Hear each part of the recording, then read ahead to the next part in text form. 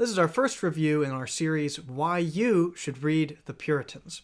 Reformation Heritage Books sent me the Puritan Treasures for today in exchange for fair and honest reviews. And so as we go through these, I've sort of grouped them into the bundles that they have on their website as well. We're starting with the Sanctification Bundle. We just finished up Reformation and Revival, and we've talked a lot about sanctification and its relation to revival and revivalism. And so all of this sort of ties in together really quite amazingly. And so we're picking up with the first book in the Sanctification Bundle, which is a 3-volume bundle. This is The Cure for Unjust Anger by John Downame. Now, I don't know if I'm saying his name right. It's an old name, so my apologies if I'm mispronouncing this. This is a 126-page book, and I've done a video previously talking about the cosmetics of the book, so if you're interested in knowing more about the quality of the book or just my thoughts on the series at large, that'll be linked down below as well. If you're new to Petra Publications, let me introduce myself. My name is Davis, and here on this channel, I mostly just review Reformed Christian books. If that sounds like something you're interested in, I'd love to have you join us by subscribing down below. And hit the bell icon to be notified of our future uploads. As I just mentioned, we're going through a new series called Why You Should Read the Puritans. My goal with this series is to encourage you and to challenge you to pick up these truly treasures for today. If you've been following for a while, links down below to our donation page where you can do either a one-time donation or sign up for monthly subscriptions on our subscription platform, Bibliophiles, which includes various perks. Thank you so much for watching. So let's go ahead and dive into this book review. Before we do that, let me just give some information on John Downame. He was born in 1652, he died in 1652. We're actually not sure of his birth year, but he died in 1652. He received his education at Christ College, Cambridge, where he received his Bachelor's of Divinity. On August 4th, 1599, he was installed as vicar, and after preaching at 2 other churches, he resigned from his post in 1618. In 1630, he became rector of Great Allhallows, Thomas Street, which he continued until his death in 1652.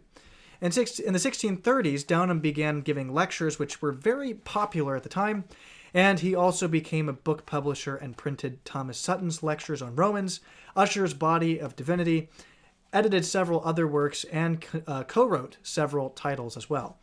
He also wrote 10 of his own books, this one included.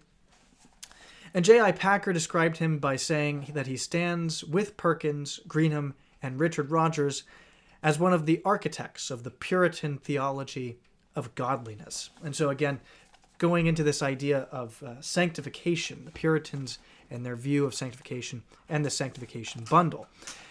Downame was a pastor, a theologian, author, publisher, husband, and father of 3 sons and several daughters. So what do I think of this book? This is a very small book, as all of the books in the series are, but its value is massive. This is also Downame's first book, so it is simple and it's sweet. The first one he ever published. It is edited by Brian Hedges, and it is updated for the modern reader, as Brian Hedges says on page, let's see here. I put the wrong page number in here. Here we go. 16. The Cure for Unjust Anger is a modernized version of the original 17th century book. In the course of editing, I have replaced archaic terms with contemporary words, broken down long, often paragraph-length sentences into shorter sentences, and clarified obsolete idioms and illustrations. He's also added headings and subheadings, incredibly helpful. He also took the original 10 chapters and turned them into 12 chapters, another very helpful thing. He translated the Latin for us, and he says later, while I have removed a few passages that seemed tangential, confusing, or inappropriate to modern readers, I believe the work as it now stands remains faithful in both scope and substance to Downame's original book. And that's extremely important. The book is, as Downame intended it to be, simply updated for the modern reader. And I think that is excellent. This book defines what anger is in a very concise and clear manner. Downham doesn't beat around the bush. He goes immediately to defining anger. On page 5, he says, anger is an affection in which someone is moved to retaliation in response to a perceived injury or injustice. The injury in question may be either a true injustice or only an injury in one's perception. And it may be an injury against oneself or one's friends, relatives, or some other group. And with this definition, he goes on to describe all of these different scenarios of anger. And we'll get more into that in just a moment. He does so, discusses all of these things of anger by comparing anger to the health of the body. On page 1 of his introduction, may these remedies help either to preserve them from these fever-like fits which cause people to outwardly tremble as they are inwardly inflamed, or 2, calm their heated emotions if they have already fallen into sinful anger. So comparing this to the health of a body. He does so again on page 2 when he says, may the Lord, who is the only true physician for sin-sick souls, bless this and my other endeavors to make them profitable for the setting forth of his glory, the benefit of my brethren, and the furthering the assurance of my own salvation. Amen. So, comparing it to the health of the body. And one other example of this on page 88, he says, 89, he says, anger is a disease of the mind. Therefore, just as wise physicians think it is better and safer to preserve health and prevent sickness than to remove disease in a sick person, so it is better in spiritual matters to preserve the soul from vice rather than purge the vice from the infected soul. So if you can avoid the anger to begin with, that's so much better than trying to remove the anger from your heart. So he very well compares anger and our need to fight against anger and the cure of unjust anger. And he compares that to the health and the sickness of our physical bodies. Downham also provides biblical references for each argument that he makes. And so none of it is without standing on the word of the Lord, which is also excellent. And while discouraging unjust anger and sinful anger, he condones what he calls sanctified anger.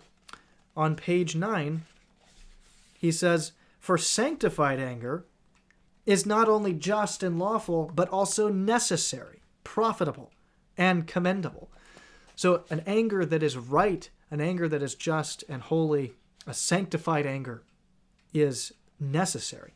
And again on page 16, he says, anger is righteous when we are provoked with a zeal for God's glory.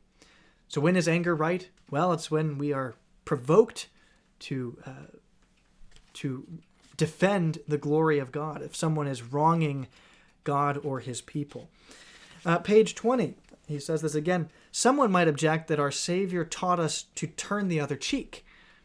But Christ did not mean that we should expose ourselves to all injuries, but rather should refrain from personal revenge.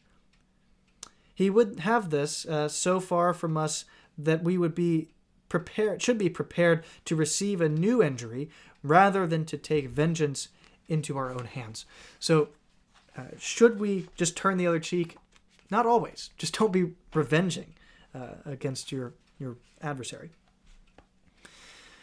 This is a book that I had a love-hate relationship with because I needed to hear its message, but I also truly disliked what it meant in my life. I was convicted by its words and its writing. So what does John Downame talk about in this book?